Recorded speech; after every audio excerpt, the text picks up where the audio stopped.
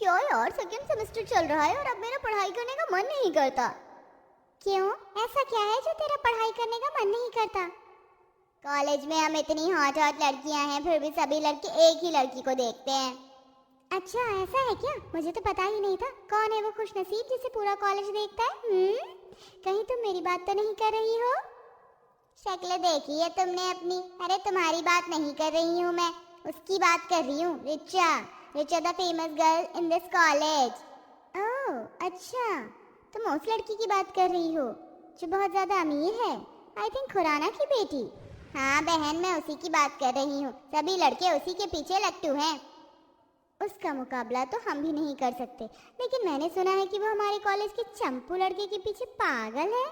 चंपू नहीं, उसका नाम शौर्य है। वो बहुत डिसेंट और बेचारा बहुत गरीब है। गरीब कुछ नहीं होता। अरे वो तो फायदा उठाने वाला लग रहा है, मुझे जानबूझकर अमीर लड़की को फंसा रहा है। तभी वहां ऋचा की सहेलियां आ जाती हैं। अगर तुम लोगों को अपनी जान प्यारी है तो यहाँ से चली जाओ, क्योंकि हम अपनी सहेली ऋचा की चुगलियां तुम दोनों के मुंह से सुनना नहीं चाहते। श्वेता के इतना कहते ही वो दोनों वहां से चली जाती हैं। तभी ऋचा आती है। क्या हुआ, सब कुछ ठीक तो है?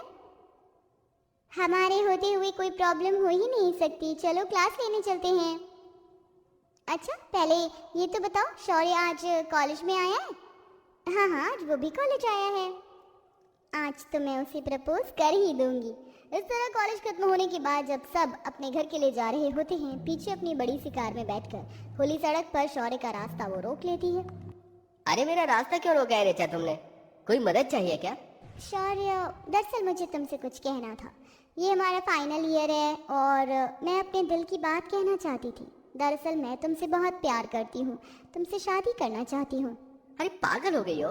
मैं बहुत गरीब हूँ, तुम्हारे लायक नहीं हूँ। तुम मुझसे बहुत आगे हो, बहुत अमीर हो। मैं तुम्हारा मुकाबला नहीं कर सकता। प्यार में अमीर और गरीब कहाँ से आ गया? मैं तुमसे सच में बहुत प्यार करती हूँ। मैं तुम्हारे बिना किसी और की नहीं होना चाहती। मुझे मना मत करो।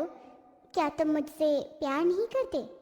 मैं तुम्हें पसंद बहुत करता हूँ, कहीं ना कहीं प्यार भी करता हूँ, पर इस प्यार की कोई मंजिल नहीं। तुम मेरा हाथ तो थामो, सब कुछ ठीक हो जाएगा। मैं तुम्हारे साथ गरीबी में भी खुशी से रह लूंगी।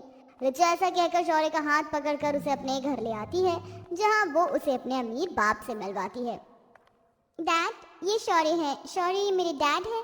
डैड, मैं शौर्य को पसंद करती हूँ। अच्छा तो ये बात है।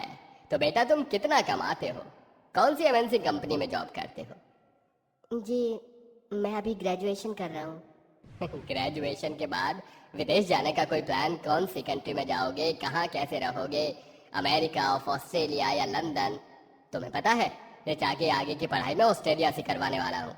डैड, आप ये सब क्यों बोल रहे हैं? मैंने आपको सब कुछ समझाया था ना। ये दो कौड़ी का आदमी तुम्हें कभी खुश नहीं रख सकता ऋचा। मेरी बात मानो, इसका ख्याल अपने दिमाग से निकाल दो। मैं तुम्हारी ऑस्ट्रेलिया की टिकट करवा दी है, अब आप आगे की पढ़ाई वहीं से करेंगे।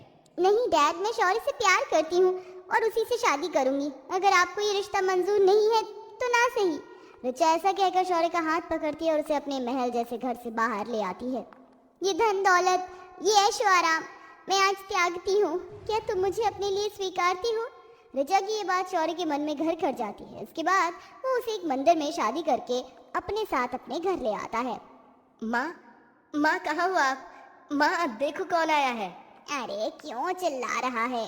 माँ मुझे माफ कर देना, आपको बताया नहीं।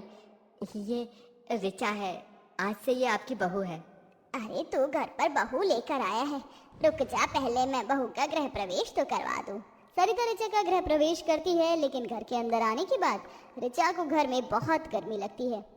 हे भगवान, यहाँ तो कुछ भी नहीं है, ना कूलर है ना एसी है, सिर्फ ये कटक कटक करने वाला पंखा है। ऋचा के चेहरे से पसीने टपकने लगते हैं। अरे बहू, तुझे तो गर्मी लग रही है, ये ले हाथ वाला पंखा, इससे थोड़ी देर अपनी बैठे हुए हवा कर ले। मैं तेरे खाने के लिए कुछ लेकर आती हूँ। सरिता इतना कहकर रसोई में जाती है, जिसके बाद ऋचा पंखे से अपनी हवा करने लगती है। यहाँ तो बहुत गर्मी है, बिल्कुल भी बर्दाश्त नहीं हो रही। माँ सिलाई करती है, बस उसी से ये घर चल पाता है। लेकिन तुम चिंता मत करो, जैसे ही मेरी नौकरी लग जाएगी तो घर में एक कूलर लगवा दूंगा। ऋचा ये सुनते ही अपने मन में सोचती है, मेरी सास इस घर को चला रही है और मेरा पति जैसे तैसे करके अब नौकरी ढूंढेगा। मुझे ये जताना नहीं है कि मुझे इस घर में कोई परेशानी है। क्या हुआ, क्या सोच रही हो? कुछ नहीं, इतने में सरिता ऋचा के लिए खाना लेकर आती है। ये ले बहू, खाना खा ले। माँ जी, आपने क्यों तकलीफ की? अब मैं इस घर में आ गई हूँ ना, मैं सारे काम अपने आप कर लूंगी। पहले तो खाना तो खा ले, काम तो अब तुझे ही करने हैं, ये घर तुझे ही संभालना है। मेरी तो अब उम्र हो गई है, मुझे वैसे भी ये घर और शौर्य के नखरे नहीं संभल पाते। चलिए माँ जी, आप भी हमारे साथ बैठकर खाना खाइए। इस तरह ऋचा गरीब ससुराल में एडजस्ट करने की कोशिश करती है। खाना खाने के बाद सरिता ऋचा को चाय बनाने के लिए कह देती है। अब ऋचा को चूल्हे पर आग जलाकर चाय बनानी थी। आज तक उसने अपनी रसोई में कदम भी नहीं रखा था। बेचारी जैसे तैसे करके चाय बना लेती है। मैं जानती हूँ तुम अमीर घर से हो और तुम्हें गरीब घर में एडजस्ट होने में थोड़ा सा समय लगेगा, लेकिन मैं तुम्हें सब कुछ सिखा दूंगी, आखिर तुम मेरी बहू हो। इस तरह सरिता पहले तो हर एक काम ऋचा को बहुत अच्छे से सिखाती है, जिसके बाद ऋचा इस काम को बहुत अच्छे से खुद ही करती है, जैसे मटके में नदी किनारे से पानी लेकर आना, आंगन में कपड़े धोना और चूल्हे पर खाना बनाना। सभी काम करने के बाद रात को जब ऋचा एक पंखे के नीचे सोया करती तो उसे बहुत बेचैनी होती। बहुत गर्मी है, थोड़ी देर बाहर टहल लेती हूँ, ठंडी हवा लगेगी तो थोड़ा आराम मिलेगा। ऋचा ऐसा सोचकर घर के बाहर टहलने लग जाती है। अपने पास में ऋचा को ना देखकर शौर्य भी नींद से जाग जाता है और बाहर आ जाता है। बस थोड़ा समय और रुक जाओ, सारी परेशानियां दूर हो जाएंगी। कुछ देर ठंडी हवा लेने के बाद वो वापस घर में आ जाते हैं। वहीं दूसरी तरफ अगले ही दिन उनकी इस गरीबी की खबर शेखर को उसके नौकर द्वारा मिल जाती है। अरे कैसे जल्लाद बाप हो आप, आपको अपनी बेटी का दुख नहीं दिखाई देता? अरे पलकों पर बिठाया था अपनी राजकुमारी को मैंने, कभी नहीं सोचा था कि वो इतनी मेहनत भी होगी। शोभा, अब मुझे और बर्दाश्त नहीं हो रहा, मुझे अपनी बेटी से मिलने जाना है। साथ में कुछ लेकर भी चलेंगे।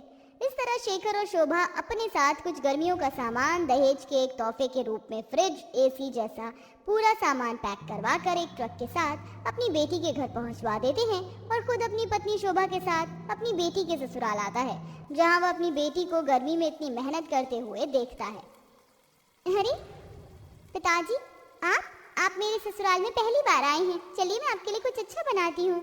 ऋचा अपने माता और पिता के लिए अपने ही हाथों से सत्तू का शरबत बनाती है। हमारी नन्ही सी राजकुमारी इतनी बड़ी कब हुई पता ही नहीं चला। बेटा मुझे माफ करना, मैंने कुछ ज्यादा ही ज्यादती कर दी तुम्हारे ऊपर। मुझे ऐसा नहीं करना चाहिए था, मुझे समझना चाहिए था तुम्हारे प्यार के बारे में। हाँ बेटी, हम माँ बाप से जो भूल चूक हुई उसे माफ कर दो। मुझे आपसे कोई गिला शिकवा नहीं। तभी घर में शौर्य आता है।